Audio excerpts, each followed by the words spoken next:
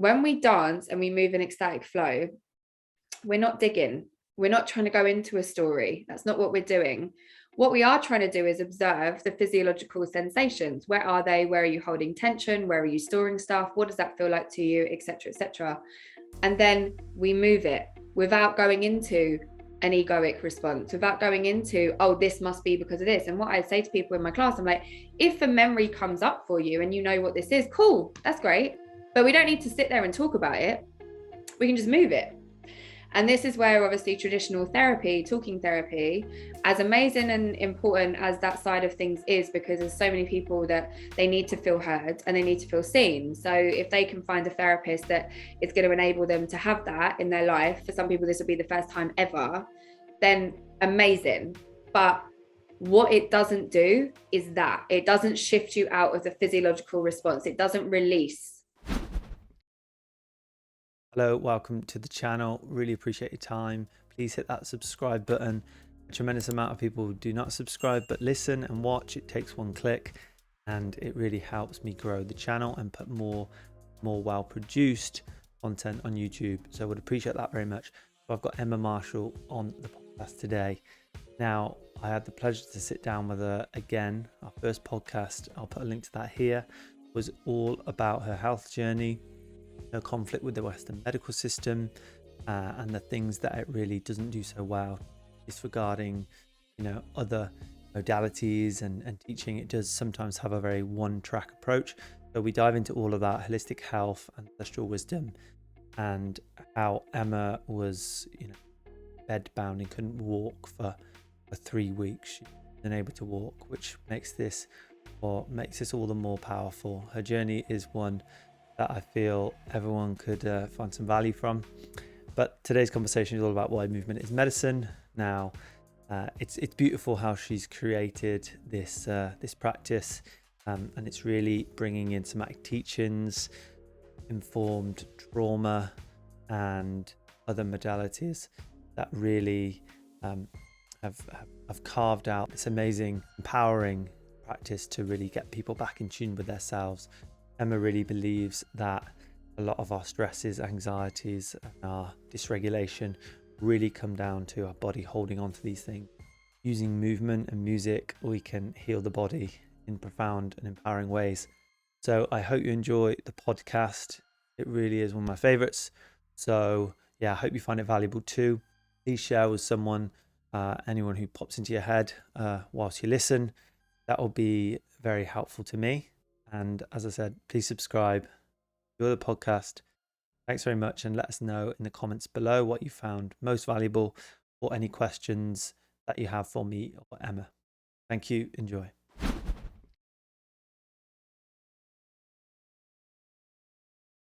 Yeah, I'm good. I'm excited for this conversation. Catching up. I know. I think it's part two. I'm legitimately, the last time we spoke was on the podcast, right? Yeah, properly. Yeah. Amazing. A lot's changed. Lots gone on. I've probably receded a little bit more on my hairline, but my posture's improved. So I was looking back on it was number 3, right? It was number 3 of the pod. Who'd have thought it that I'd get to 40? This will be probably 46. There you go. Smashing it. Yeah, I mean, I thought it. I knew I'd get here. That's what you need. Everything. Yeah, self-belief all day long. As long as you believe in it, then it's going to work. Exactly. Yeah, you can't fail. So yeah, number 3, we delve deep in like the certain chapters of your journey, and now I feel like it's the right time. I feel, I don't know how about you, but coming back on after 2 years of it, what looks like, from keeping up to date with your exploits on social media, it's like you've done a lot and you're impacting people across the globe, and there's just so much that's gone on the last 2 years, I feel. So it's going to be lots to talk about. So yeah, welcome back. So I was looking back at the video. I mean, we covered a lot. We were talking for it was actually one of the most downloaded episodes. Oh, yeah, that's cool. There you go. I'll put you on the map. Thank you for launching my career. Yeah, no, it really was. That's People, I cool. had friends reach out. Some friends didn't know you, and they were just like, they're really connected with it. It was, you've just, Good.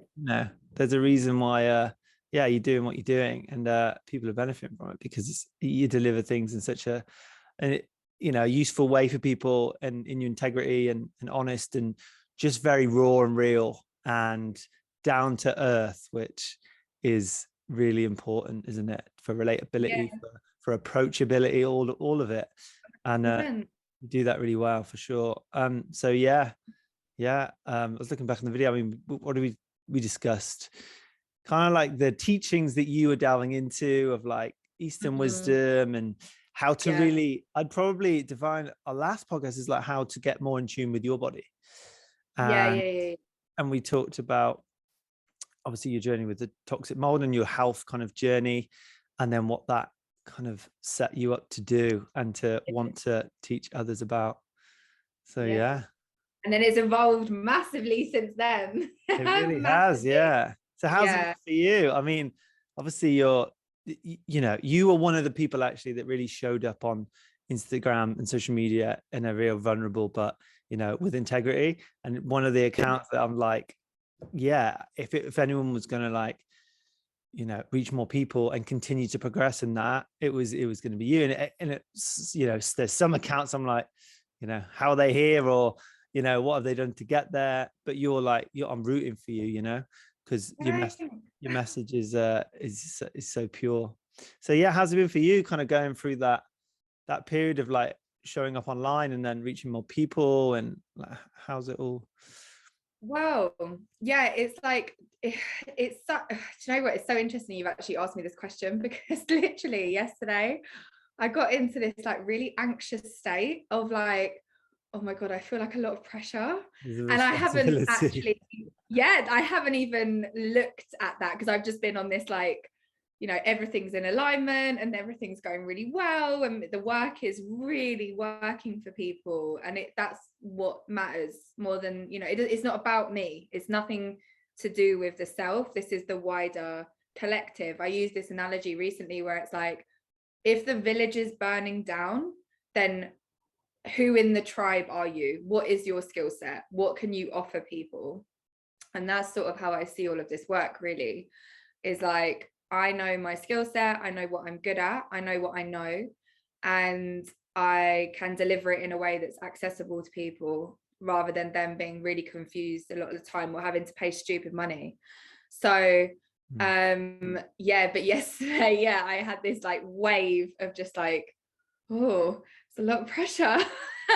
So it's but it really is like going into the direction that it was always going to go here, like, so for those of you that don't know my work and where it went from, was, I got really sick basically, and which we spoke about in the last podcast, so I'm not going to go into that in too much depth, but I got really sick and the Western medical system couldn't help me. So I went on this whole healing journey and really had to observe and try all of these different modalities, and I also had to teach myself, because for many reasons, first of all financial, but also just like having to come out of the matrix kind of programming that we've been given, which is there is just one way to heal.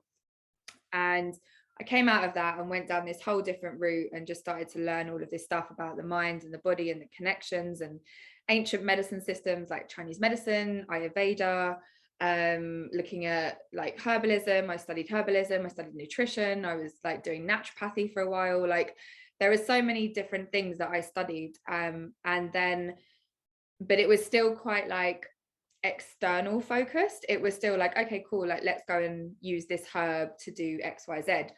When we look at stuff like that, we're not looking at plants as supportive tools for our body's most natural way of being, which is that the body consistently is trying to heal itself.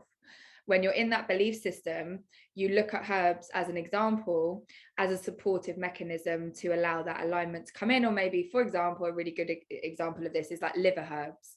Liver herbs are there to support your liver's function and the process of detoxification, especially if you're somebody that has been in and around a lot of toxicity, or even on a more basic level, if you've gone out and had a drink.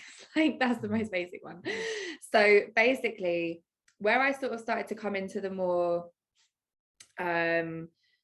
energy kind of realms, which is taught, of course, in the ancient medicine systems, Chinese medicine, they have the meridian systems, Ayurveda, the chakras, of course, African spirituality, absolutely massive on the energy body, and the Ka energy, and then Mexico, shamanism, same thing. You know, there's so many similarities across all of these indigenous teachings around the world. And then in the more modern day, we've got people like Dr. Joe Dispenza, for example, who is like, you know, funneling that whole movement of understanding us as energy and meditation and that kind of thing. So when I started to move into those realms, I was like, oh, this really changes a lot for me, because we're not relying on this external cure, basically. So when I started to study trauma and the brain and the nervous system, and just really delving into the like the biggest teachings within that realm, which for me connected the most, were the somatic teachings that come from Peter Levine around us being animals, and that we've forgotten our primal instincts and connecting to the senses and the nervous system, and being able to literally shake off trauma just like animals do. I was like, this is my thing. This is what makes sense to me the most. So I was working with people one-to-one. I was doing, you know, client sessions, and every single person that was coming to me that was ill had trauma, every single one, and I did. So I started to change the way that I was working, and I went and did various different trainings that fall under the like embodiment practice kind of umbrella, which is basically just putting you back into the physical body. And that's like, I look back now when I went and did that, and I was like, because at the time I was like, I'm just going to train in this because it makes sense. And then during that training, you do EFT, which is tapping, emotional freedom technique. So you learn about the meridian systems or the trauma stuff, but I'd already studied that. So it was just sort of me trying to get a deeper level of understanding of this practice. And then I also did this like subconscious reprogramming training called matrix re-imprinting, which basically gets you to sort of start to understand the levels of the mind and the body and the brain, and using visuals and using colors and using all of these aspects of the mind to take us into theta state, because when we're in theta state, our conscious and our unconscious become bridged.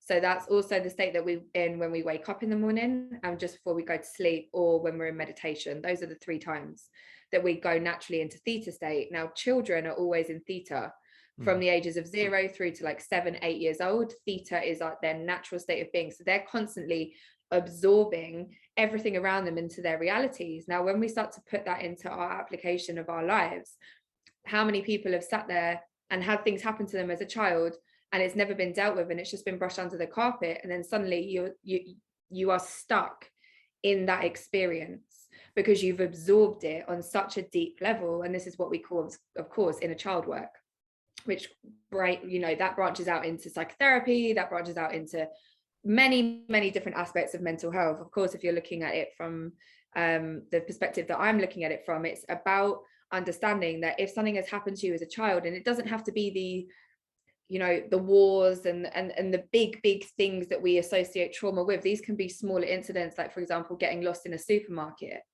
at 4 years old. For you, if that's you and you've gotten lost in a supermarket and you can't find your mum and you're only 4 years old, your whole world collapses. You think you've been abandoned. You don't know how you're going to feed yourself. You don't know where you live. You are devastated. And so there's 2 ways to react to that. The mother then comes back and is like nurturing and makes sure that that child comes out of their response, which is obviously going to be a stress response. They're in fight or flight in this moment in time because they're panicking. Or the mum comes back and is like, where have you been? Da, da, da, da, da, da, and makes it even worse.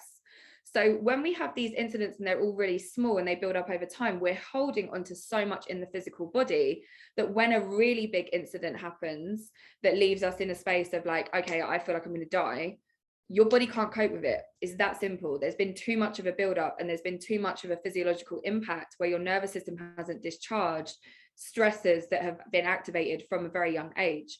So when I started to apply this work to people, I just started to see like the biggest shifts and the biggest transformations. And I was like, okay, cool. Like, it really is all about the body. Now, where it's now, 2 years later, like maybe a little bit less than that, a year and a half later, I got to a point where I started to put together this class based around dance. Now, for you'll know me as before all of this stuff that I do now anyway. Like, my Instagram was shut up, I'm dancing. Was so it? it really, yeah. It was shut up, I'm dancing. Like, That'd look we good on a met. t-shirt. Yes. Exactly. And we met, Raven, me and you, like many moons ago, and like we were in these spaces that at the time you don't understand what these spaces are, because you're young and you're just like, I want to go out and blah blah blah, and it's like we're not taught actually what you're doing when you're going out. And of course hedonism is a separate conversation, but when you're going out into these spaces, you're finding community, you're dancing without a care in the world, you're just moving your body to the music and connecting to the music. Now, when we look at ecstatic dance, that's exactly what indigenous communities have been doing since the dawn of time, like using music and movement as a healing modality. There's an amazing book called Shaking Medicine, and it's all about ecstatic dance coming from Africa, the originators of this, this whole concept, and like actually going into these trances to transmute any sort of like bad energy basically from the body. And this guy, who is an American guy, he was hit by lightning when he was young, and he survived. But since then, basically, he could feel energy like a lot. And so part of his career was him going and actually living with the Kalahari tribe and studying under them, and really honing in on like understanding what shaking medicine is, and like working with the sort of, the spirit realms and all this kind of stuff. And it's super interesting because he's like a white American guy that went and lived in Africa for such a long time, and then was able to sort of like essentially translate the teachings into a Western way of understanding it. And he writes at the start of his book, which is what I always felt, so it was nice to read it, which was, in the West, we have it in church or raves or festivals or this or that, this is our shaking medicine. And I was like, yes, this is what I've been saying. So when I read it, I was like, what blocks people is just ego from releasing. It's that simple. It's just the mind. So why don't I put together a practice that is basically all about coming out of the mind in every way and putting people into their body, so that when they actually dance and they go into that level of ecstatic movement, they're not, it doesn't matter what they look like. They don't care. It's not about what they look like. And therefore they're completely out of the mind, and they start to let the body lead. So I came up with this whole concept, movement is medicine. Obviously, that's not something that a term that I invented. That's been around for a hot minute. But I basically did this like challenge, this like dance challenge on Instagram for 30 days, like early 2021, like January or February 2021, and just like got people dancing and moving. And then started to teach this class off the back end of it. And it's just evolved and evolved and evolved as I've like continued to teach it and like solidified it and, just changed it and whatever. Now it's really solid. Now the practice is really solid. I'm very clear on what techniques do what for people. I teach them as I go through it. So the first half of the class is very much centered around somatic meditation. And the reason I call it somatic meditation is literally because the purpose of it is to come into the body, create awareness where we're holding on to sensations, which are then linked to stress or emotions and, that kind of thing. And being able to pinpoint in the body, creating that genuine awareness for the first time in a long time for a lot of people. And then suddenly they've created this awareness, and then it's like, oh yeah, that's actually shame, and I know what it's linked to, or oh, that's fear, and this is where I'm holding it in my chest.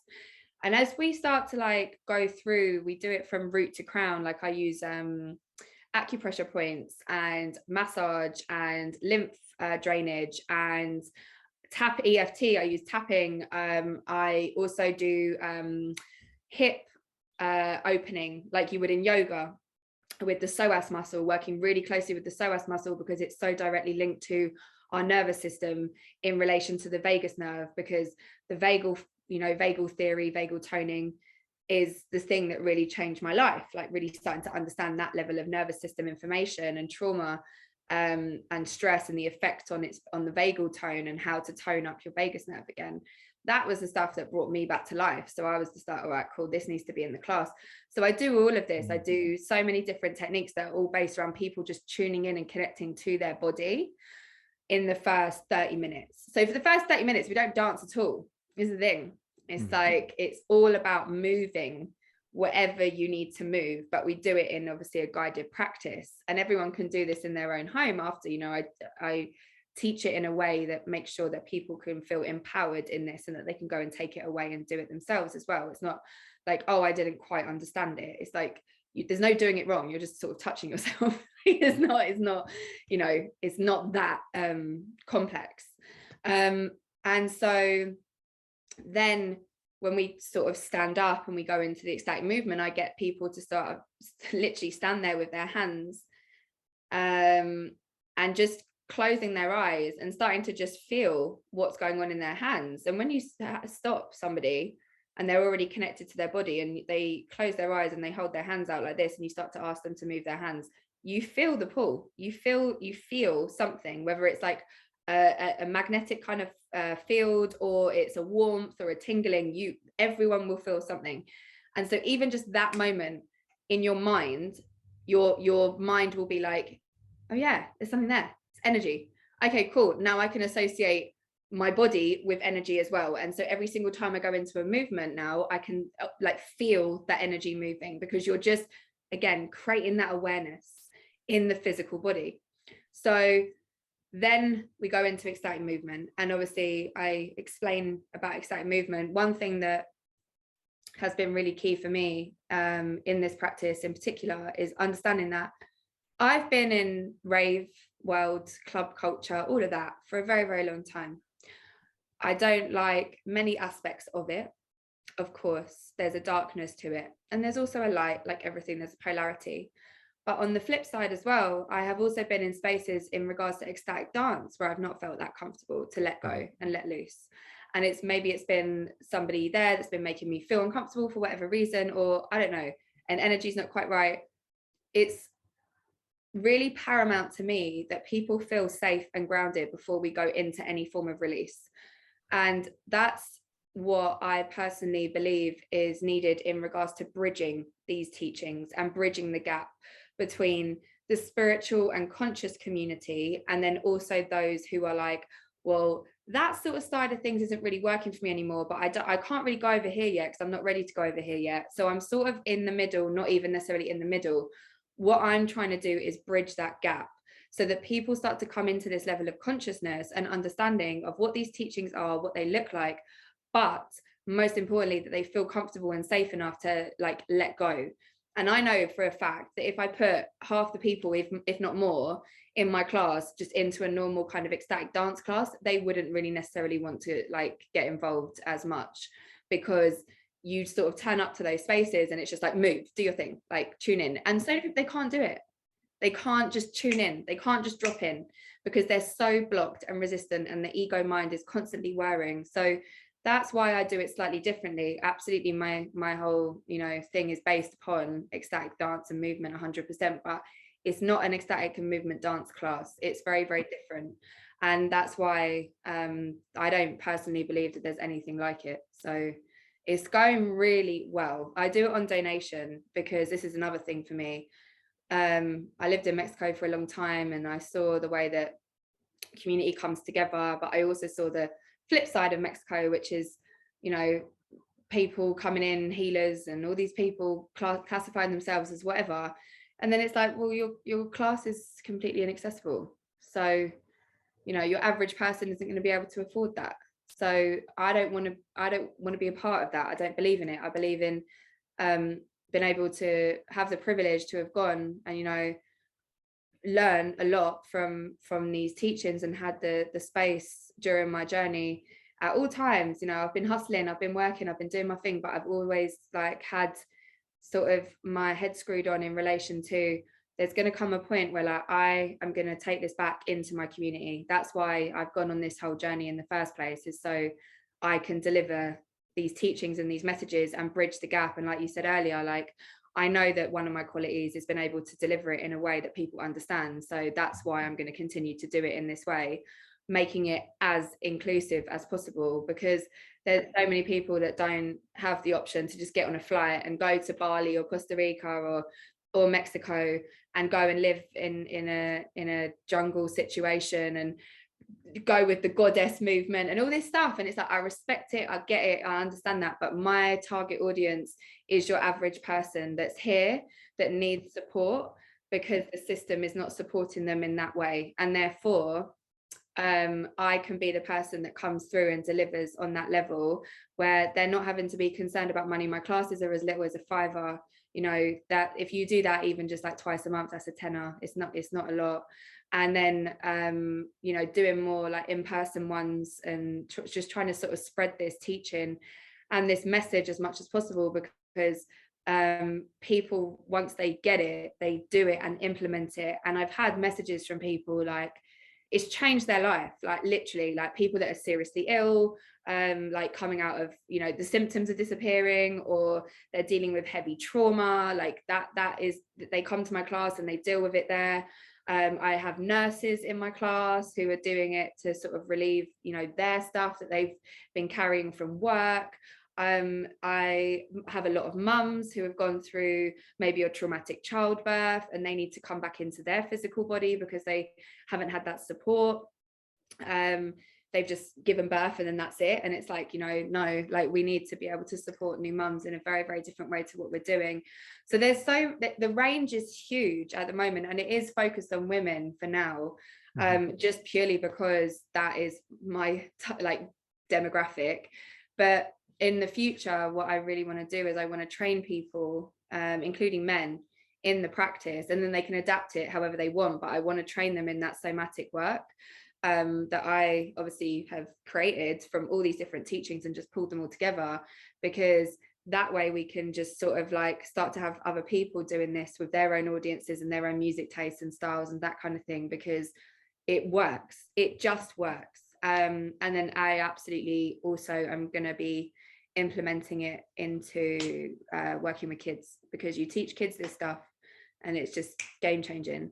And I have people bring their kids to the Zoom class already, so I'm like, right, let me just go and work, let me just go and do some stuff in a school or something, you know, like let me just try and branch it out into these other areas, because this work is very much based upon the ability to connect to those primal instincts that we have just forgotten. And this is the earth element, and this is when we connect to the earth, the grounding that we're all looking for, the presence that we're all looking for. And I know that you know this very well, because you do this in your daily life. You know, grounding for you is something that is fundamental, like even just walking barefoot, you know, prime example. How many people are not even walking, you know, they don't even know the last time that their feet touched the earth. It's like these things are keeping us disconnected from the physical body, from the earth element.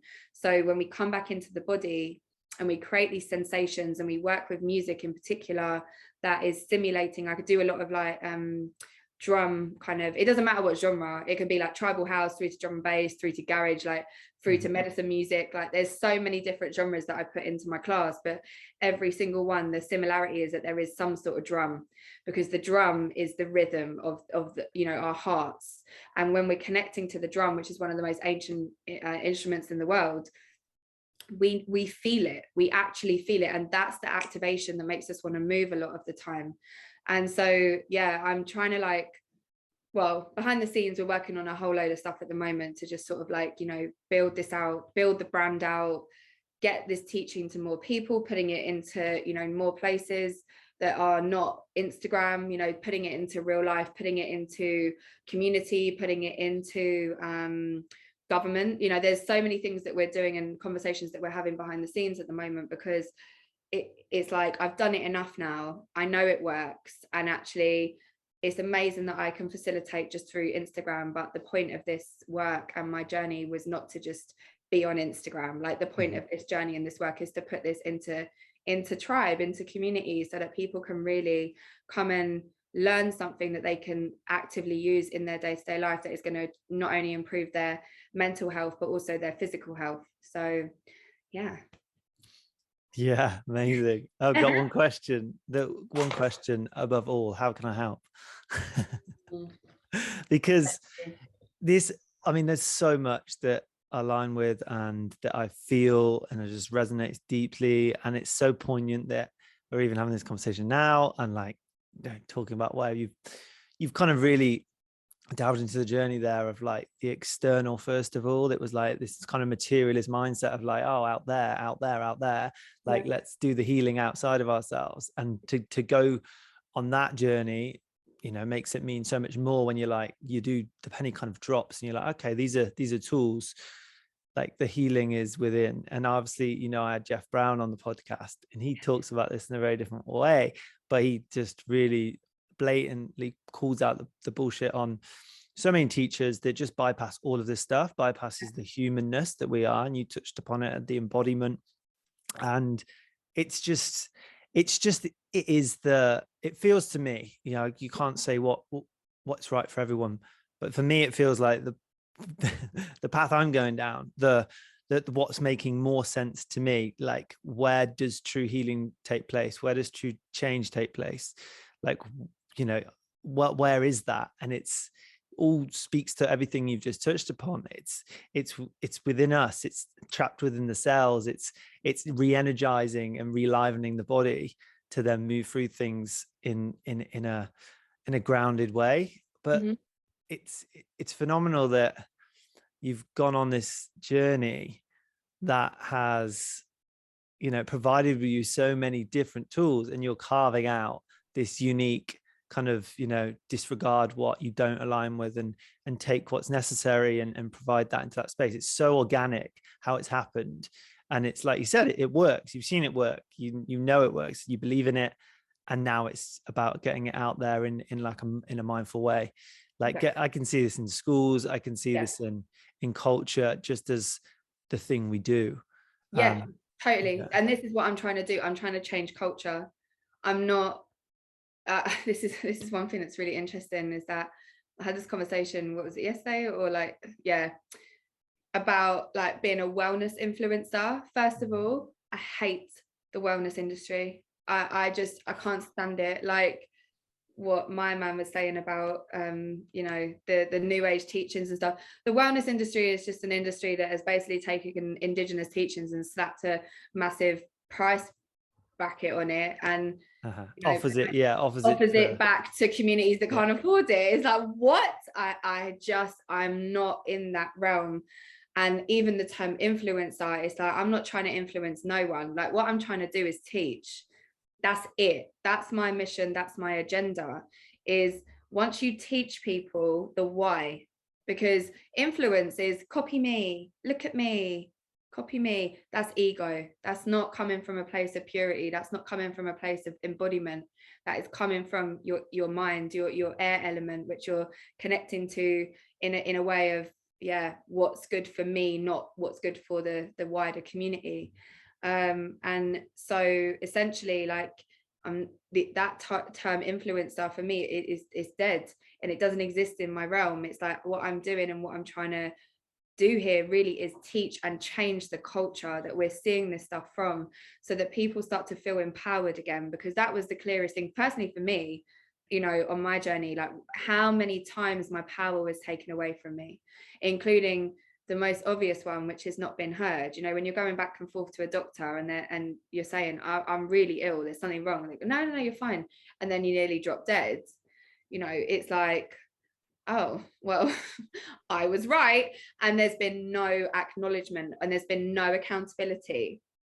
And it left me in a space of, you know, losing the ability to walk, which is why, again, movement as medicine was such a profound practice for me personally. Like I started to dance for myself to get my legs into a space of being able to function. Like afterwards, I wasn't able to walk for like about 3 weeks, and then I came out of it, but the damage was there. My knees would swell up a lot. I couldn't walk very far, like, and I was active. I was very active, and there was days that I couldn't leave the house and this kind of thing. And it's like being able to put that power back into me and say, all right, cool, well, just for me, I'm going to do this one thing a day. I'm going to dance for one song a day and build up from there. And that's how it all really came about, was just me starting to understand, like, oh, look, I am really connecting back into my body, and oh, this does make me feel better, and etc., etc. And that was a really intuitive and natural thing. But where the realms of what, like, the lack of embodiment that is in so many spiritual teachings is such a problem, because what we are doing is we are disconnecting from the fact that we are animals. So we can sit here and say, like, oh, I'm just a soul having a human experience. Yes, you are a soul having a human experience, but your human experience means you have a body, and you can't deny it, and you have to connect to it. So it's about merging this stuff and then making it as accessible and understandable as possible to people that are, waking up to a different level of consciousness and trying to connect again. And it's like, why do I feel the way that I do? Why does my life not work? Or why am I in this job that I hate? Or why am I in this relationship? Or all of these things, these questions that come up that make us question our path.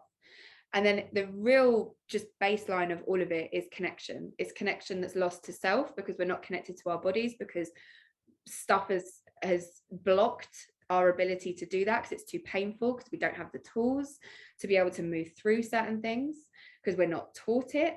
And then therefore we disconnect from ourselves. We therefore disconnect from the ability to connect to other people, because this is what happens, especially when you go into a constant nervous system dysregulation state.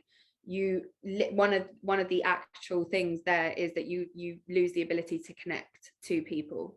You can't look at people in the eye very much. Like, you struggle to just engage with people. Like, you're constantly on alert, and therefore you're just going to be more likely wanting to isolate. So that's another side of it that's really important for people to understand. It's like the disconnection from self is, in regards to, especially with nervous system work, is also a disconnection from others for many reasons. And then therefore this is also a disconnection from source. And for some people that looks like God, for some people that's spirit, for some people that's their angels and their guides, and whoever. It doesn't really matter. It's a disconnection from a higher sort of power that you understand is there in whatever capacity that looks like to you. And for a lot of people, the most baseline thing to explain this as is nature. It's that simple. They are disconnected from nature, from their most natural state of being, from the way of the world, because we are nature, we are animals. This is grounded spirituality at its finest. And this is what people are missing when it goes into this constant air element of everything is above, everything is, the astral realms and traveling and all of this stuff. And it's like, I don't disregard any of that, I believe in it, I really do, but you have to be able to merge the elements. And this all comes back down to the Taoist teachings. The Taoist teachings are very much centered around nature, and that we are nature, and that we are all of these elements. And this also comes back into Ayurveda, which is the most ancient medicine system in the world. And it's like, when you start to see these similarities around like what it is as Westerners we're missing, it's the connection to nature, which is a connection to self. And in my opinion, it's like that the earth is the body, the air is the mind, the water are our emotions, and the fire is our energy.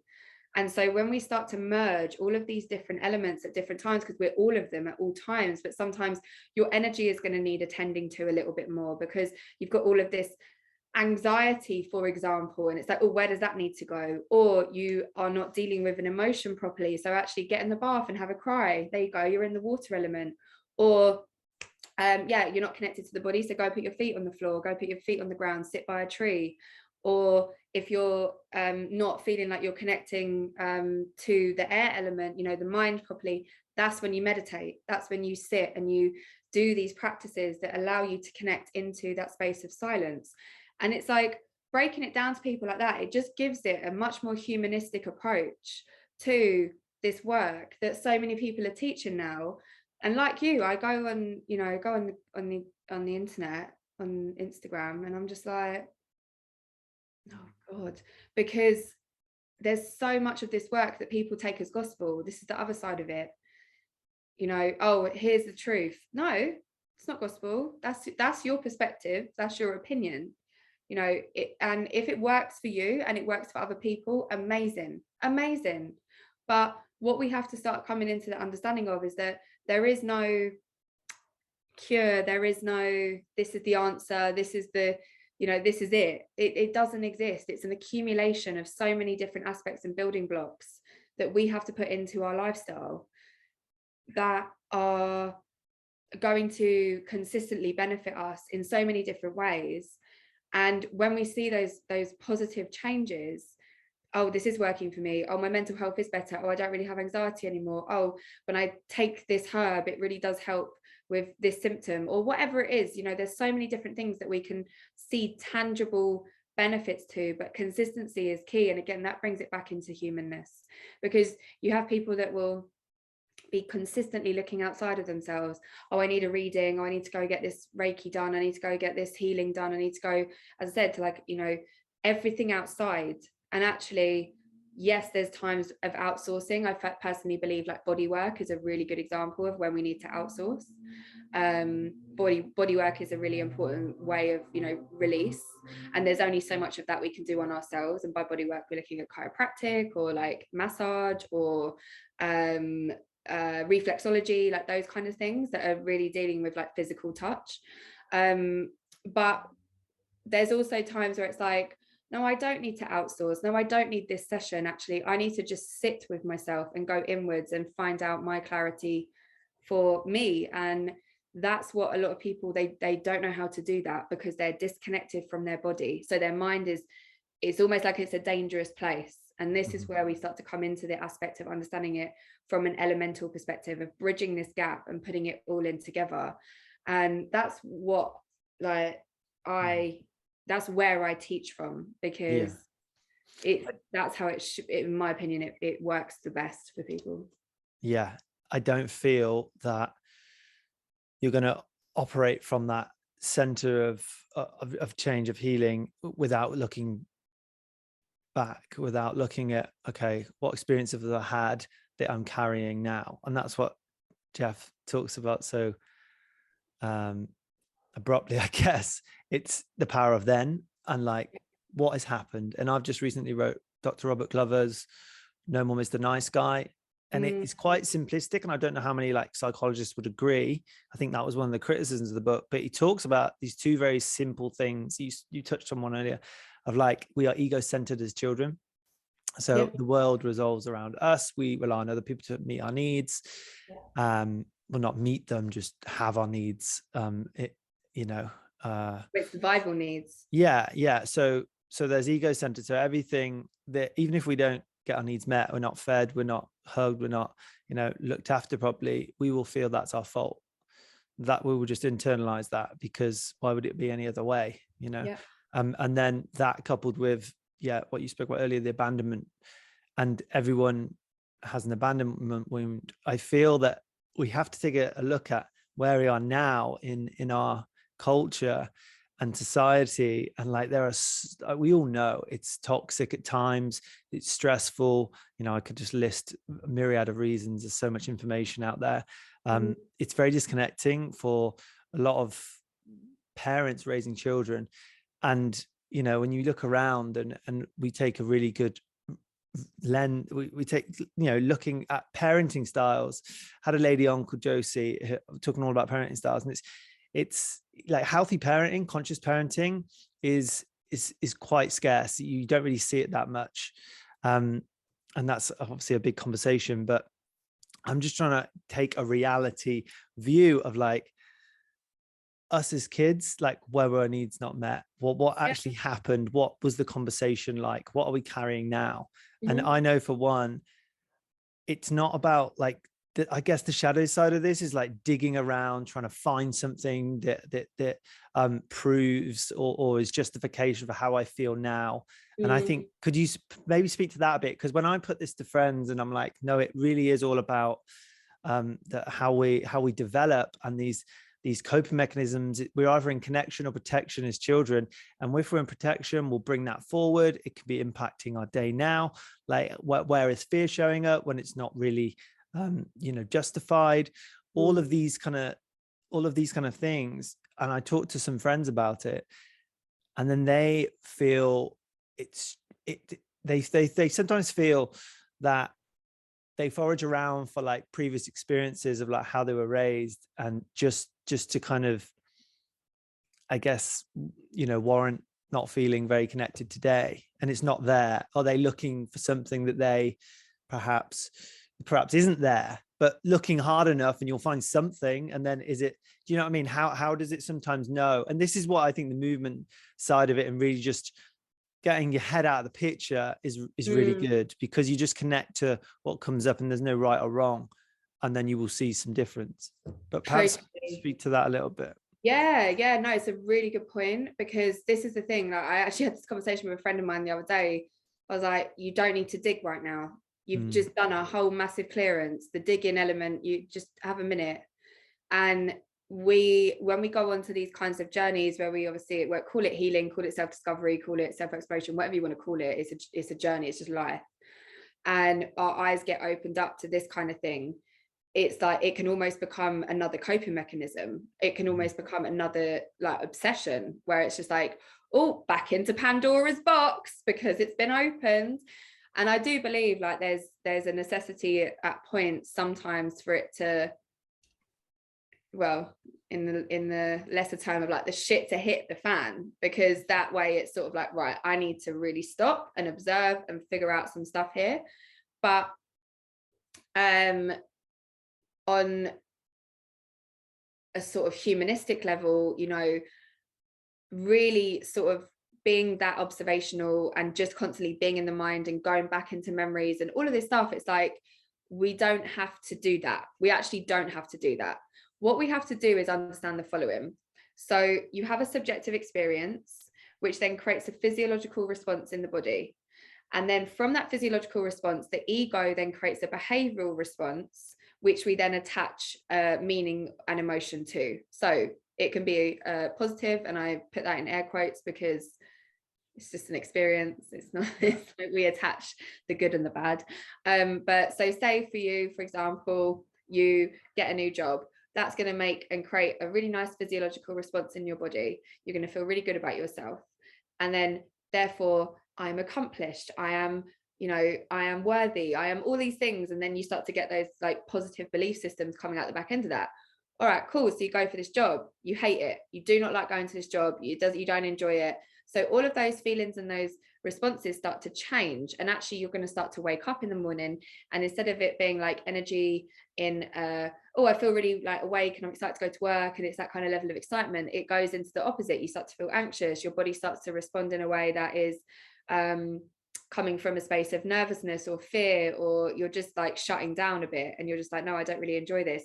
Suddenly we've then got a new physiological response about this job. It's shifted. So now the brain and the ego then make up the story attached. I am like, whatever. I can't think of one around the top of my head. Well, perhaps that you were wrong to feel that way at the start. Yes. And now I made the wrong decision and I feel like I'm lost, kind of thing. Yeah. There you go. Perfect. Thank you. Like, where's this going? Yeah. So now you're self-deprecating. Now you're shaming yourself and you're judging yourself, and you're also second guessing yourself. And then the doubt comes in, and then it's like linking you back to the physiological responses, not just from this subjective experience, but from all of those other times that you also felt this in your physical body. And then suddenly it's almost like a tidal wave, because those fears that have come up and those belief systems that have come up are not actually attached to this thing yet. You're then going to attach them. What they're attached to is the other stuff that hasn't been dealt with. So we call that a trigger, obviously. That is literally a classic example of a trigger. But most people have no idea what that feels like or what it looks like. They just know that suddenly they don't feel the same way. So when we can understand what a trigger actually is, it's a physiological response that takes us back to a moment in time where we did not feel good. And this is obviously, of course, nervous system work. And when we start to understand it from that angle, you are then not in the, we don't have to always dig. Your body is going to tell you at all times. And this is why I love movement is medicine, because what I teach people is the following. When we dance and we move in ecstatic flow, we're not digging. We're not trying to go into a story. That's not what we're doing. What we are trying to do is observe the physiological sensations. Where are they? Where are you holding tension? Where are you storing stuff? What does that feel like to you, etc., etc.? And then we move it without going into an egoic response, without going into, oh, this must be because of this. And what I say to people in my class, I'm like, if a memory comes up for you and you know what this is, cool, that's great. But we don't need to sit there and talk about it. We can just move it. And this is where obviously traditional therapy, talking therapy, as amazing and important as that side of things is, because there's so many people that they need to feel heard and they need to feel seen. So if they can find a therapist that is going to enable them to have that in their life, for some people this will be the first time ever, then amazing. But what it doesn't do is that it doesn't shift you out of the physiological response. It doesn't release. And that's the key. And that's what obviously finally the mental health community are waking up to, which is why EMDR, for example, is so good, because EMDR is literally about the somatics. It's literally about moving your eyes, which is movement, and then touching the physical body to ground you back in.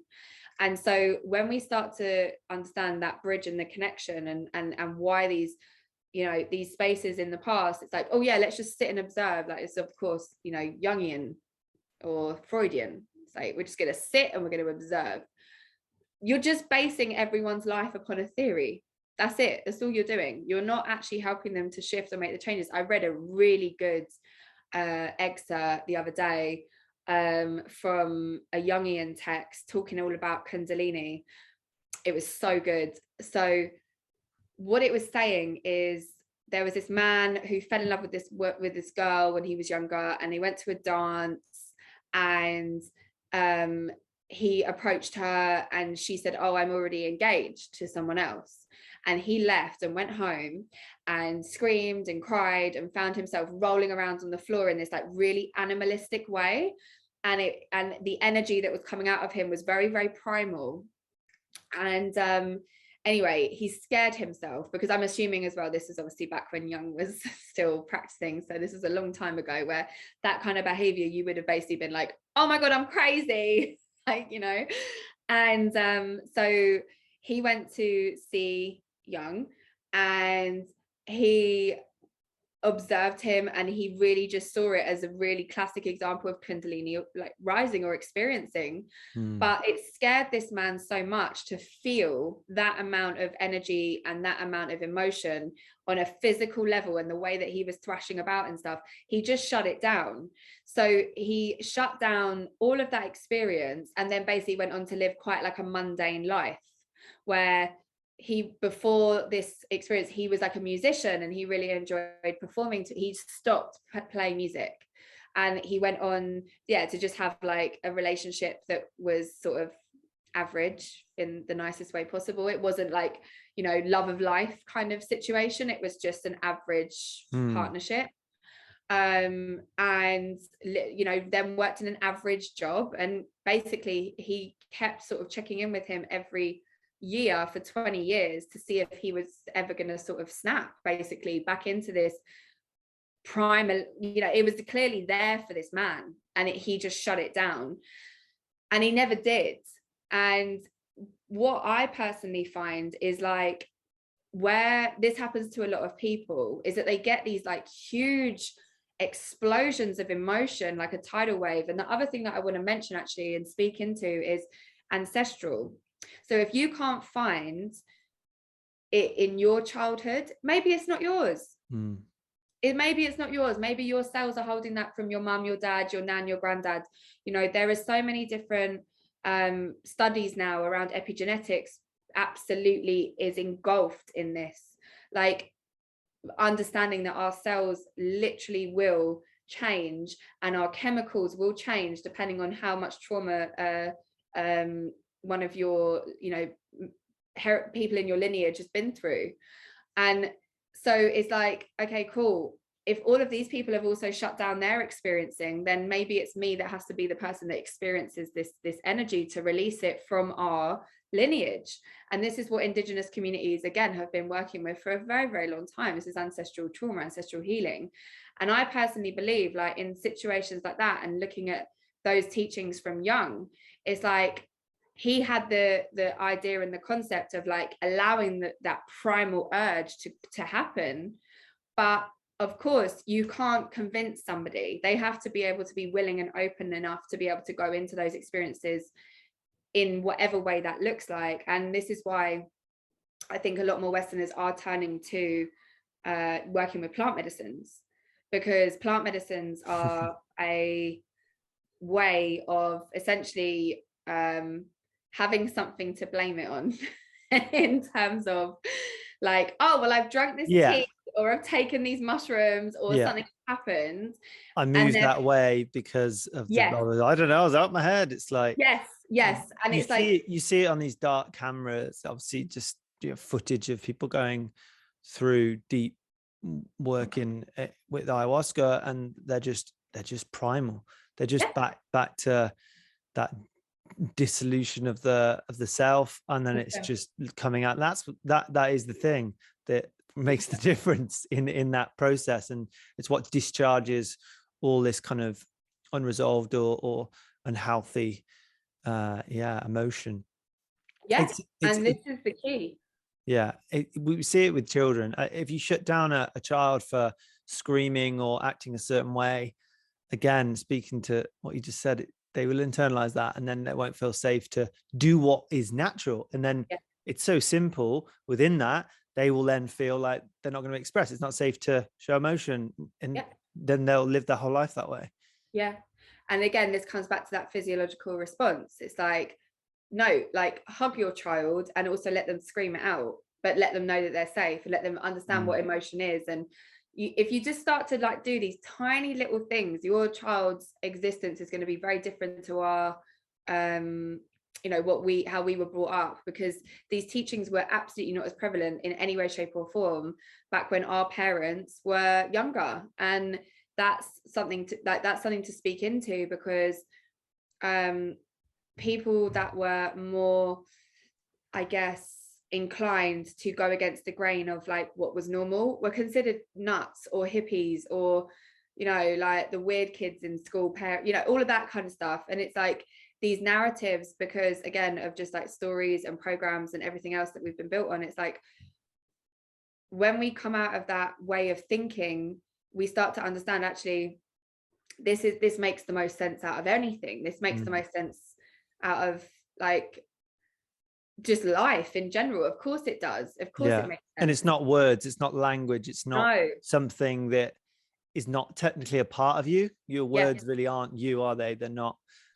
It's not going to come out. It's going to help, but then when you listen to this stuff, you're like, well, how will words help? Yes, it'll make me feel safe, listened to, validated, which is an important part of it. That's why safe space is useful. But is it really going to release those kind of that shame which is held within?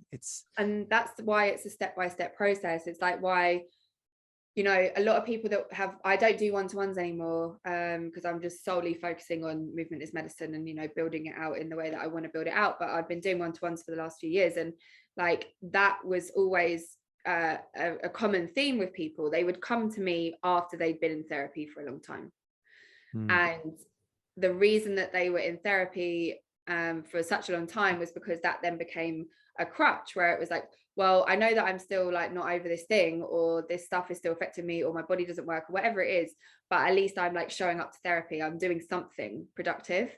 And then we would get into the somatic work and the embodiment work and understanding it from what I've been talking about, and within 3 months, different person, because you're given the right tools. And this is the key here with this work. It's like it's a step-by-step process of integrating all of this stuff. But until we get to a point in society where people are much more open to, okay, cool, do you know what, if I'm like on the street and I need to just like have a quick dance, I'm going to do it. Like I do it all the time, I do it everywhere. But it's like I I'm not fussed about what people think anymore. Like, you know, there's absolutely past versions of me that were big time. Of course, I had to break through all of those kind of illusions. But at the same time, it's like when we're looking at it from that Jungian perspective of like, well, then we just shut it down. We shut down those urges. It's the same goes for children. You're saying, it's like that child needs to express themselves. They need to shake their body. They need to get out this energy that has been built up. You let them actually do that from start to finish in a safe, contained environment, and then they're fine. And then you bring it back into a state of regulation. We are exactly the same as adults. Like, we need to be able to be in safe containers where we can, you know, shake out this stuff, understanding that it isn't us, it's there to be flowed through. And once we've created that connection, we start to see these changes in our day-to-day life a whole lot more. Like, you know, I'm a human being. I still have days where I get really bad anxiety. It sits in my chest. I'm like, oh, I feel really blocked. I don't know what to do. And I used to have these days all the time. Now they're very rare. But on those days that I have, you know, feel like that, I'm like, okay, cool. What tool am I drawing for? Because there's so many that can be worked with. And I can just like draw for these tools and say, all right, cool. This is the one that I need to work with today. And this is how I'm going to support myself today. And then also holding yourself in compassion, because you're just knowing that you're going through a release, and that's okay.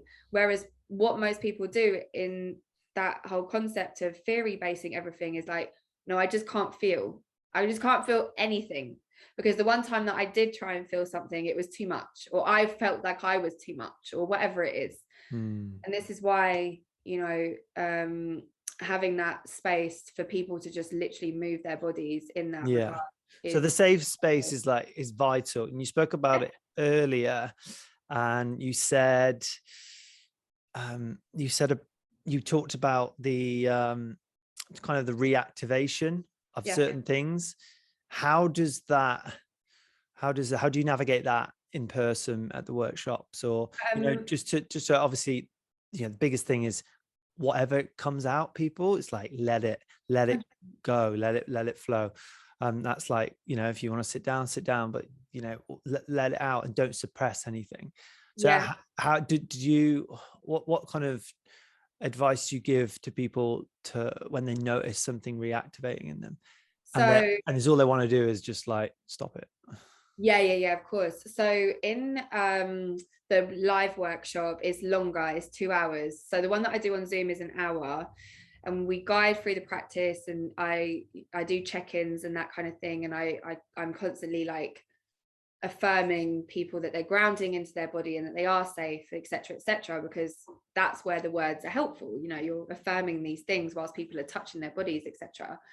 But in the live workshop, it's really interesting because you've obviously got all these people. Like on Zoom, people can have their cameras off. You know, that's their own personal practice. They've been guided, but they don't have to be seen. In a workshop, you're obviously being seen in a group of people that you've never met. You know, they don't even know me. They've seen my work, absolutely, but we've not been in the same room together. So it's so vital to create that safety from the off, which is all about you know, showing up, me explaining what I need to explain, giving people hugs when they need to be hugged and held, like reminding people that whatever release they need to go through today, they can do it here. This is the place to do it. There is no judgment. There is no anything. It's like, this is the space that all of your needs and sensations can be let go. And so in my last workshop, a really good example of this was a girl who, by the time we got to the point where we were up and dancing and moving, because as I said, it's a process to get to that point. We don't just get up and dance straight away. I'd have people in tears, like I'm guiding people through that practice, etc. And I just making sure that at all times people feel safe and giving them that opportunity to be touched, to be held, that kind of stuff. Now, when we got up and this girl started to actually dance and move, she just said like, oh, I've still got some, like I've got pain, basically. It was like in her right side. So I sat down with her and I asked her, can I touch you? And she said yes. And I just put my hands on her and then basically put my hand on her stomach and then moved her with my other hand, and she just started to flow with the music anyway, but I was just moving her with her other hand. And I said to her, what color is it? And so immediately you are giving it a different personality than yourself. So whatever that is, you're moving, and it's slow movement, because she was sitting on the floor, she was just sort of going around like this. And then I'm also touching her to ground her into her body, to know that she feels safe. And then I say, what color is it? So you've got all of these mechanisms all in one go, reminding her that whatever that is, it's not actually her.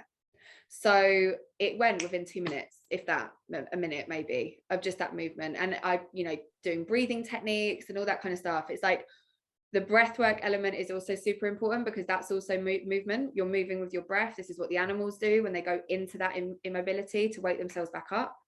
They breathe. And so we also have to incorporate certain ways of breathing. I don't do like sort of deep breath work or anything like that, like Kundalini necessarily. What I do is box breathing, because it's just the quickest way to drop people back into a regulated state. And obviously it's always really good when I drop it, because I'm like, so the monks use this and so does the army. And I just find that people really like it, because they're like, oh, there's like really polar opposite.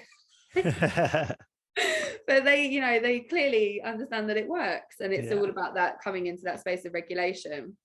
So the classes are very much centered around like the fact that people I guess have made that decision to come because they feel safe, and that is just the paramount thing for me, as long as people feel safe. But I think as well, like, this is why I'm going to start training people, because there's a certain way you do it, and like you as a practitioner, as a facilitator, you have to be in your body feeling safe. So I don't just turn up to a class and have a little dance and then that's it. Like, I've got my own little rituals that I do before I even teach, and like I make sure that I am fed and watered, and like I've done for me what I need to do for me that day to nurture myself, so that I can therefore also hold space for other people when they're releasing.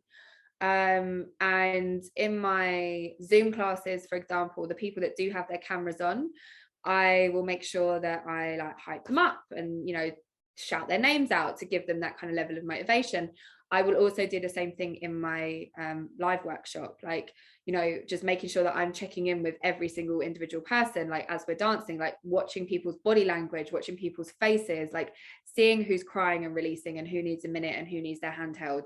It's just making sure that people feel like they are safe at all times. And this goes for any form of ceremony that I've been in, that I've really felt safe in, or workshop, or whatever you want to call it. It's like those were the times that I felt like I was genuinely held. It's that simple. It's like I was with a person that I felt genuinely held by, and therefore I had the ability to go into that space of feeling safe enough to release. Because if you don't feel safe, you're not going to release. It is that simple. And when we are in collective energy as well, we're more likely to feed off of each other's energy, whether that is on Zoom or whether that is in a real life event, because you're starting to realize, oh look, it's not just me at all, like all these other people, they're doing it and they feel a certain way. And this is the other thing, what I do on Zoom and obviously real life, but on Zoom it's like in the chat box, I'll do check-ins sort of every like 20 minutes, if that, and just be like, right, how do you feel now? And you watch people get more grounded, more into their bodies. They start to feel free. The words that I get are free and energized and excited and just like in my body, and like all of this kind of stuff. It's the same thing over and over and over again. It's a genuine consensus. Because as I said, I know the practice works. I know it works really well. So you're watching it in real time, and then also getting people's feedback in real time. And so all these people are suddenly interconnected, because we're like, oh my God, we're feeling the same thing. Even if this person over here is in Portugal, this person's in Glasgow, and this person's in Kenya. Like, that's the kind of levels of where people are coming from to my classes.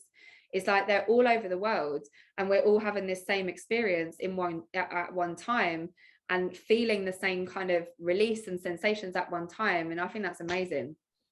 Yeah, you're making me rethink a few things, because I'm DJing an ecstatic dance in 2 weeks time, and it's like, it's an interesting, because it's of course there's time and places for all of it, but it's like, wanting to induce that healing and that safe space, and how to orchestrate that in a way, because if you don't feel safe but then you're pushing the boundaries, it can be reactivating, right? Totally. Totally. So it's just making sure that it's all interesting. What was one thing I wanted to touch upon? No, it's lost. I've lost it. Yeah. Yeah. What did I want to touch upon? It was really important. I can't think. Safety, or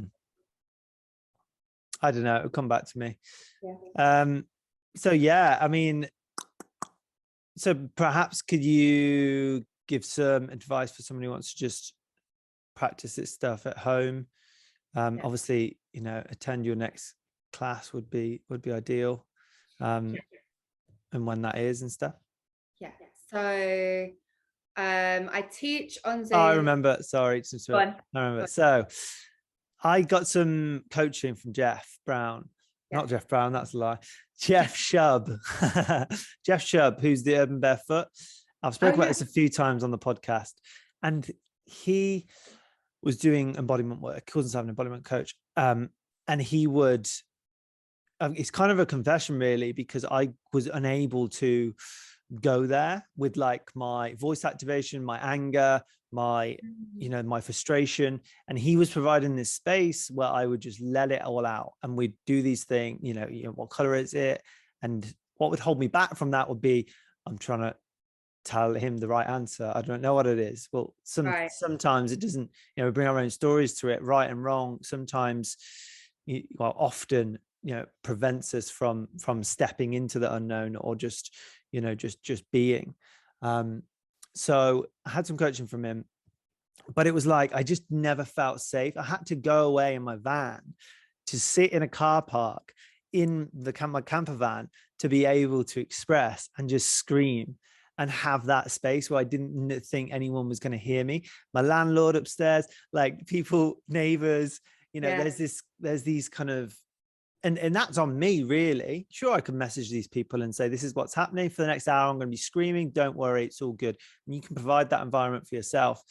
But there was always this hesitancy in my mind of like, how I can just fully let go and fully release, because the stories just kept coming up. I mean, we did 8 weeks of an hour a week, but I definitely, this is feeding into that, needing to return to it. But I get, what would your advice be for me there to try, because I know how beneficial this stuff is, I know I'm able, when there's no right and wrong, just to kind of scream into a pillow, go out into the sea and scream. Like, that's probably the best thing I can I can fully let go. But I sometimes feel that fully letting go is like the hardest for people. 100%, because we've built up so many blocks, and there's so much there that is like, that's our normal way of being, and we get so comfortable in being that and doing that, and we don't want to seem weird and all this stuff. But that's the ego, that's the mind, that's the programs that have been put into you since day dot. And when you start to come out of those programs, it's like, well, this makes sense actually.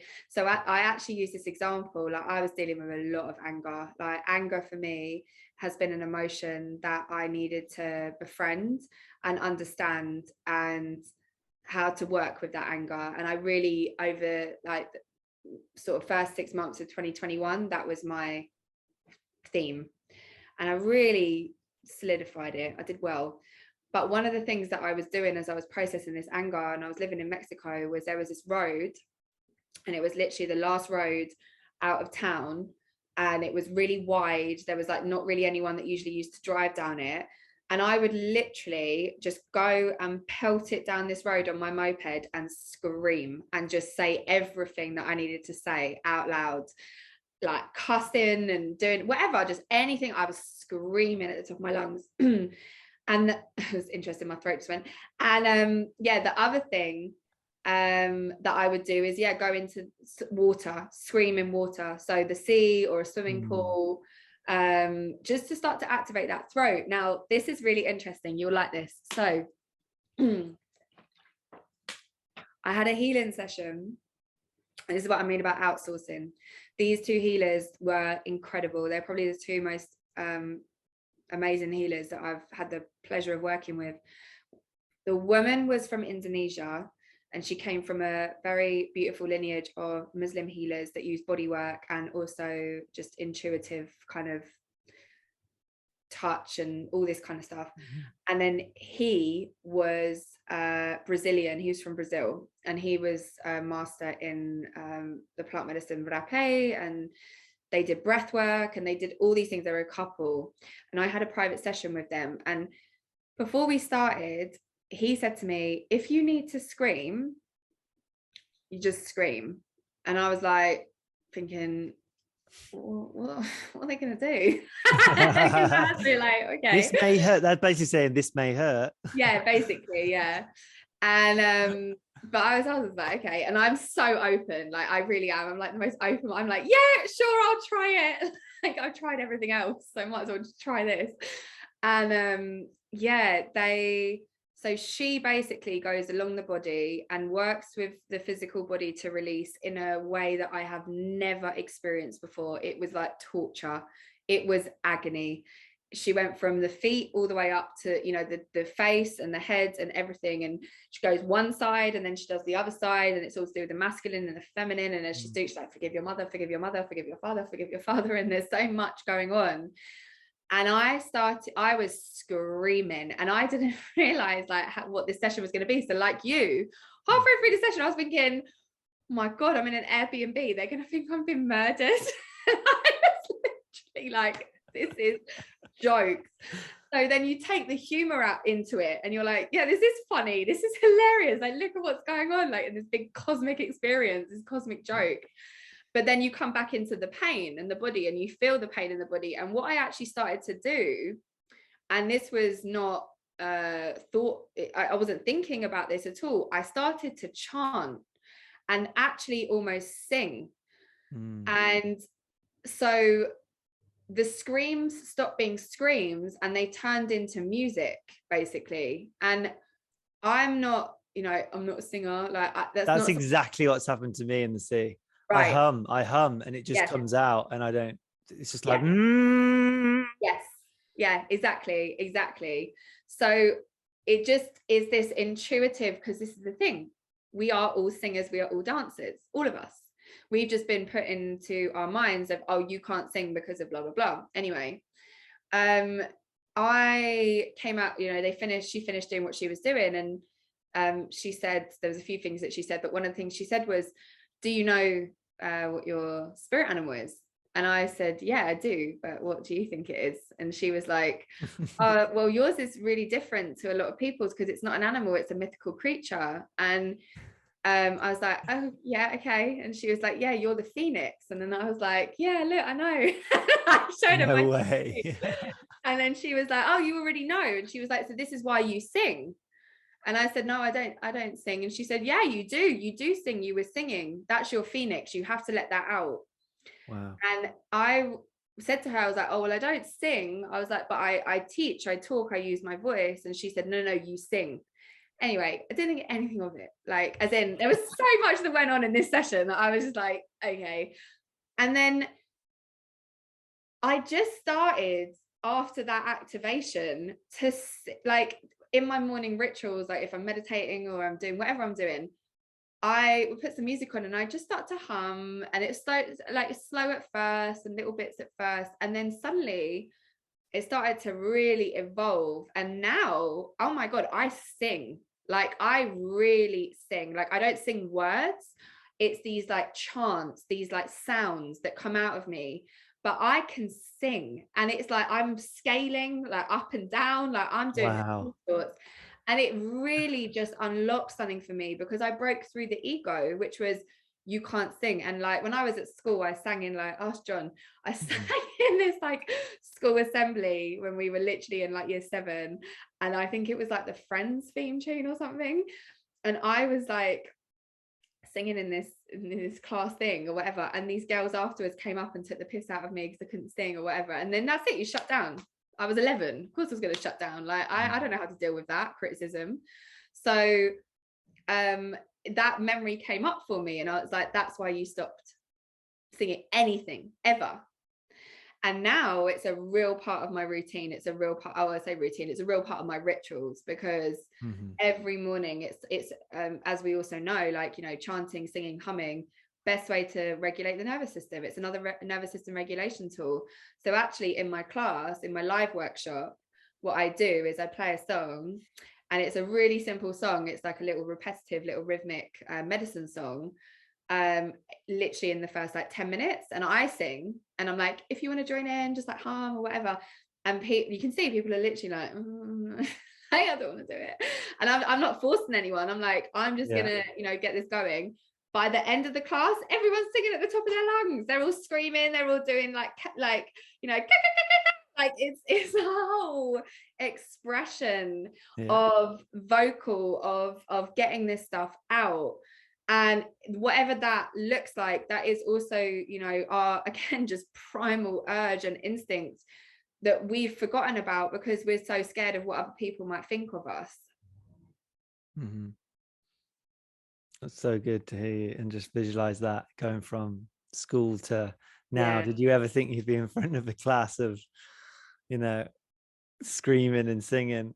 No, I literally, like, there gets to a point in the class and I'm like, if you've got any noise inside of you, now's the time to make it. And I'm like, people are literally like, oh, okay.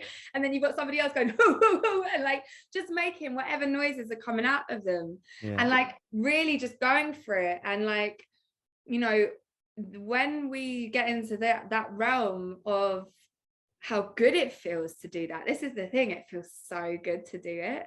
And this is where you don't care. You just don't care. It's like me now, like when I'm just sort of like waiting for the bus, I'll just have a little dance, have my headphones in.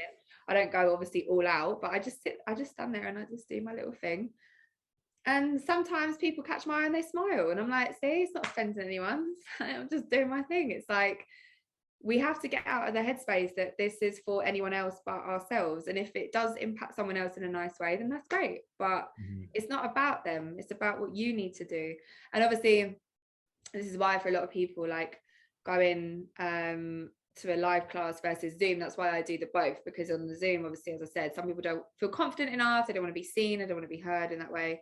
But other people, they just want that community. They want the women that are also on that level of journey to connect with, so that we're all connecting in the same way and releasing this energy. And you know, some people, they really do turn up to my class, and I did the first live one last month, and I think about most of them had done my Zoom class, but there was maybe like 4 people that hadn't, and you could tell they were just sort of like more shy, a little bit more reserved, and then by the end of it, they're going for it, they're having the best time ever. And it's like, this is the kind of stuff where it's just about creating these spaces and creating this level of understanding that the urges are all normal. Again, this is the other thing I teach. It's like, if you get into the class and you feel pain physically or tension, or you just start to feel really heavy, that's cool. But also on the flip side, if you start to feel warm and tingly or aroused and like you want to have sex, also cool. These are all natural urges, and the more we suppress them and shame ourselves into that we can't feel that, then it just gets buried, and it gets worse and it gets worse and it gets worse. And then we lose our freedom. Yeah, I'm so glad you touched upon that, because the pleasure side of it is huge as well, and how much we suppress those feelings because we're getting horny on a bus and we're like, what's going on here?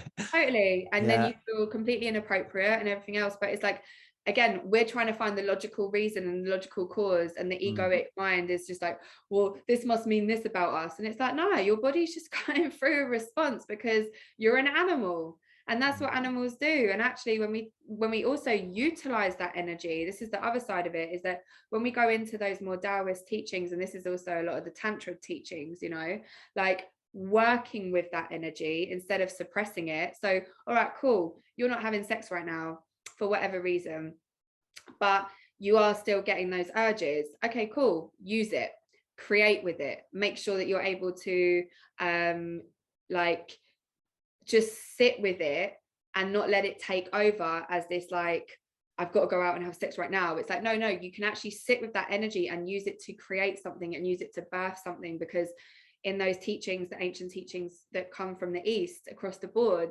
that energy is really sacred and it's really beautiful and it's really potent and powerful, and it is our life force energy.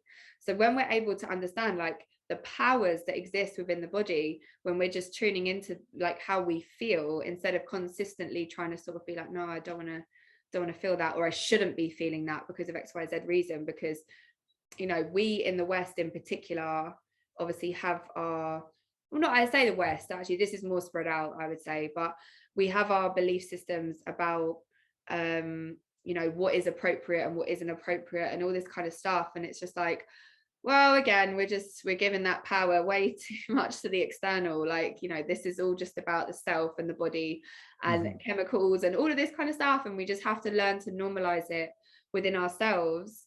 But also knowing that it's how are we reacting and responding to those urges, and how are we responding and reacting to those physiological sensations, basically. Because sometimes they are going to be, you know, it's not appropriate for whatever reason, but that, you don't then shame yourself for it. Yeah, it's like needing the toilet, like, and then not doing it because it's not going to be as effective doing it right now on a bus. But it's like, knowing that I don't feel shame because I need to go to the toilet. It's the same response, right?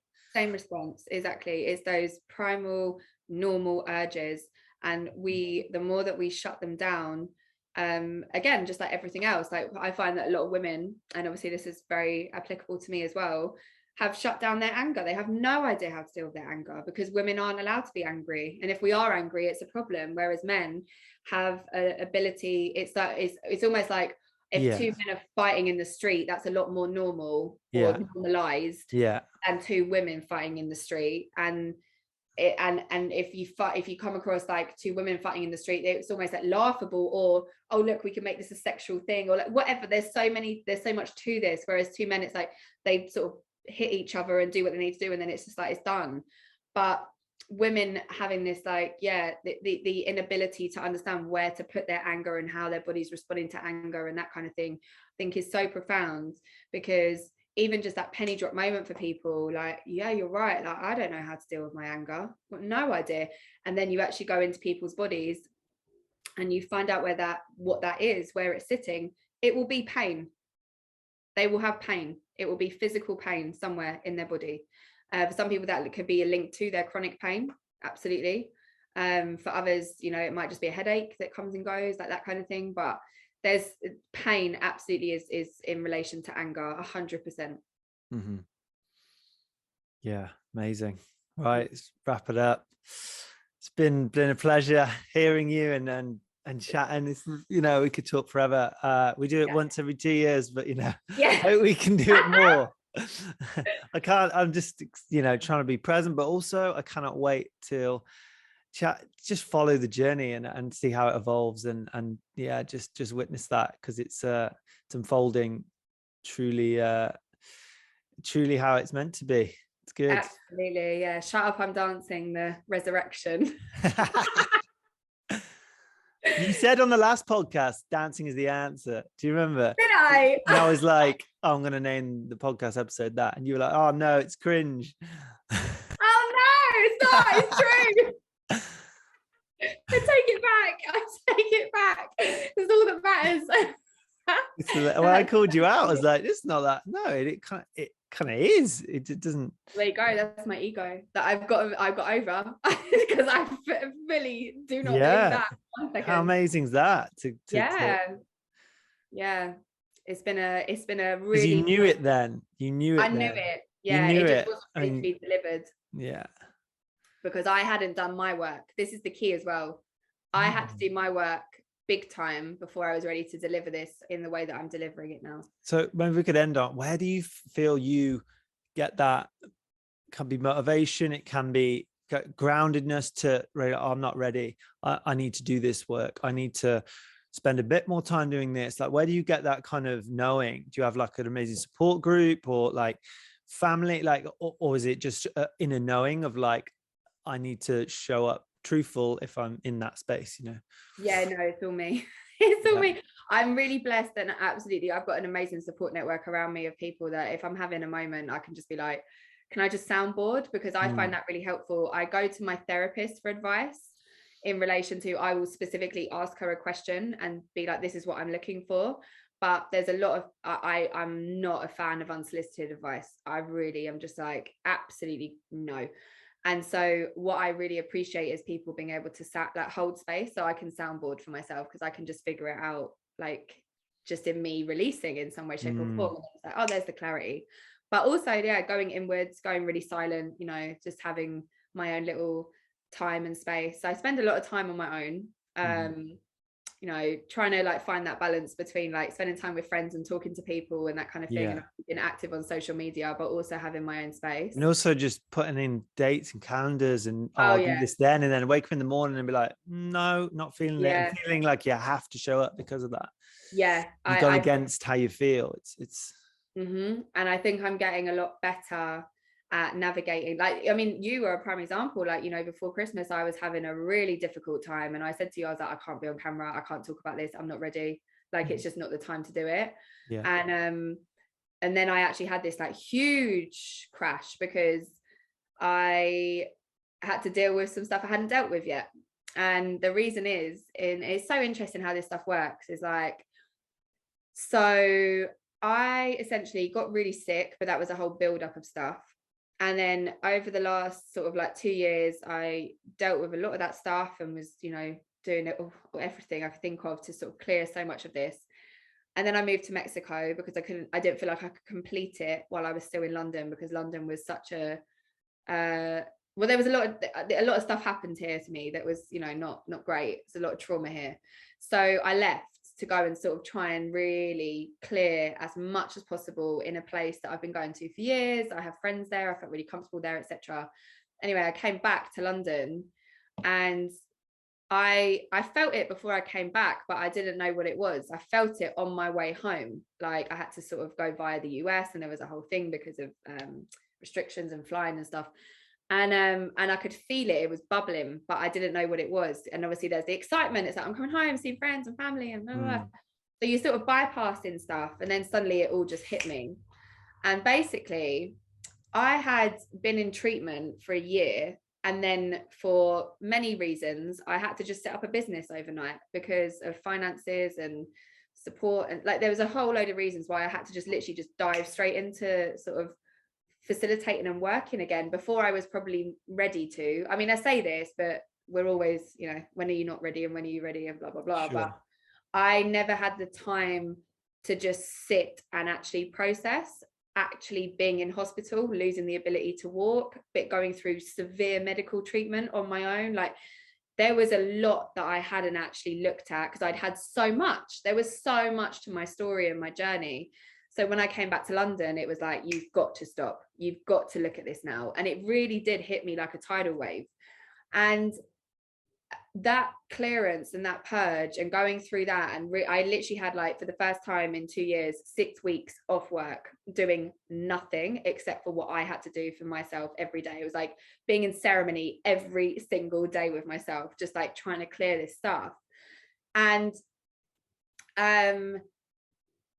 since then I've gotten really good at being like, an example is today I've got a class this evening, and yesterday, as I said, like I felt all this pressure and this anxiety come out of nowhere, and I was like, and I went to dance on camera this morning, and I couldn't do it. I couldn't get into it. And I was like, it's inauthentic. Like, it's not for today. All right, you've got a class, just put it on your story. Who cares? Like, you don't have to show up every day. You're not performing monkey. And it's about like honoring the fact that, like, when I do show up online and I am dancing around in my kitchen or wherever I'm dancing around, it is authentic. It's because I am doing that. And today I went to dance and I went to do my thing, and I was like, actually, I don't want to. I was like changing genres. I was like, oh, maybe I'm not doing the right song at the moment. I went through my whole playlist. I was like, nah, I just don't want to do it. I don't want to do it right now. And I was like, I'm teaching it later, so I'm going to dance today regardless. But I don't need to show up on camera right now. And it's about honoring that, and honoring like the ability to know what it is that your needs are, above like what we think we should be doing, you know? Yeah. Or discipline over surrender, and Exactly. not noticing those difference between the two. Yeah, and constantly coming in and out of a state of flux, and understanding why they're both just as important as each other. Mm-hmm. Mm. Yeah. And sometimes, yeah, going to that extreme of like knowing where the edge is to learn from that. And I'm sure that's, you know, that's preceded that, making that decision to, you know, that wasn't the first time that you've probably just kind of been disciplined and just shown up because you felt like it's your job, or it's, you Exactly know, that. you need to. Exactly Yeah. that. And that's the headspace we get into a lot as human beings. It's like, oh, I have to do this. It's like, you actually don't.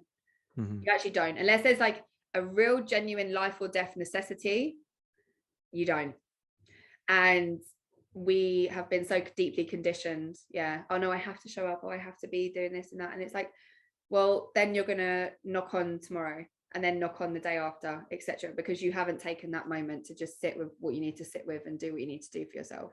And this is also like, I guess, wherein, you know, companies, they're now doing mental health days as an example, because it's like, how many people just need a minute? We're not robots. We just need a minute sometimes. And that doesn't require an explanation. It doesn't mean you're depressed. It means you're a human that is not going to function in the same way 365 days a year. It's not sustainable. It's not our reality.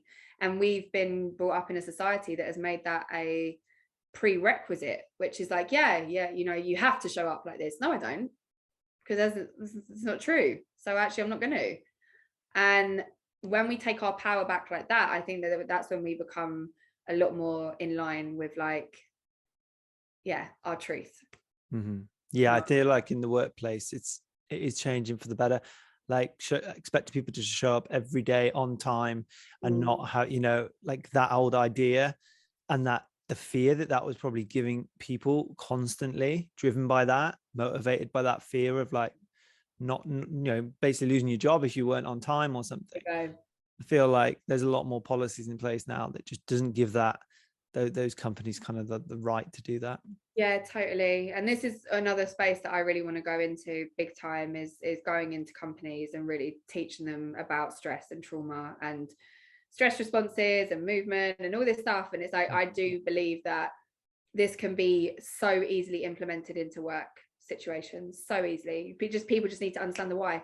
They understand the why, and then they do it. Mm-hmm. That's all it is. Yeah. Everyone wants more from people. Yeah. Exactly. Right. I love you. This has been an absolute treat for me. It's so good. Thanks for having me. Feel good. Yeah. Honestly, come on. Any time. Do you want to point anyone to, you know, where you're at, where to find you? You say you're not doing any one work, but your next workshop as of like I'd say end of the month, April, maybe, if you're looking that far ahead.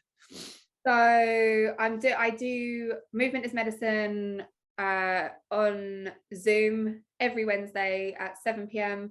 and every Sunday at 6 p.m. I'm going to be putting in, by the time this podcast is out, another date for aimed at actually mums, because I find that a lot of mums can't make those evening classes because they've got their babies' bedtimes.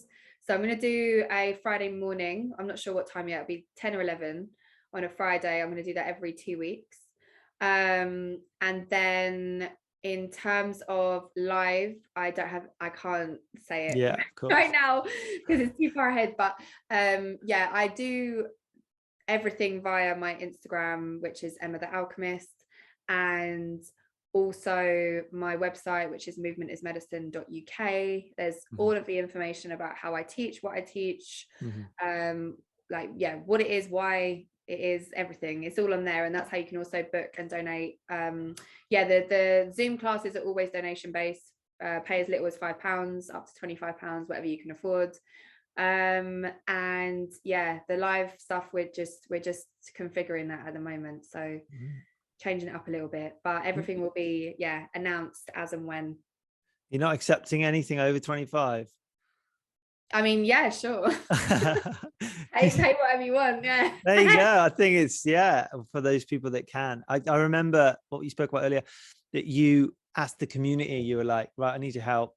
Yeah, you know, this is a link, help me if you can. And I just felt I remember I stood on a roof at the time and I was watching, and I was like, yes, great. That's like the sacredness of the online world. Like, because sometimes Yeah, I feel like I work for Instagram and I don't get anything back. I But like, know. oh, we do, but like, you wouldn't be fooled for thinking that I'm an employee of Instagram and I'm just like posting shit for free. But it's like, that is so valuable in like creating that community that responded, and it was like, yeah, it's genuine and they know you and you've been so valuable for so many people. So that must have Yeah, and I was felt so grateful for that, honestly, like so, mm. so grateful. It just gave me the resources to be able to actually like deal with the stuff I needed to deal with so I can come back into a role of being a leader. Because this is the thing, it's like at that moment in time, I was very vulnerable and I was in a really weird place. And I was like, I can't lead, I can't do it right now. I know that I am meant to do that. I know that this is what the purpose of all of this is. But in this very moment, I can't do it and I need a minute. And they really came through, like really, really came through, like these people. Because this is the other thing, like you say, you're just putting stuff out onto the internet. Doesn't matter how many followers you've got, it doesn't matter about anything. It's just like, is this actually reaching people? And you start to realize actually this is actually really helping a lot of people. It's really reaching a lot of people. And I'm really grateful, like, you know, that people are engaging in the way that they are and have been, because yeah, when I needed support, they came through. And I can't, that's why I'm here right now, because Mm. they enabled me to get the support I needed, so that right now, where we're at in, you know, mid-March, I'm able to be like, right, this is what we're doing with this is where we're going, I can lead it.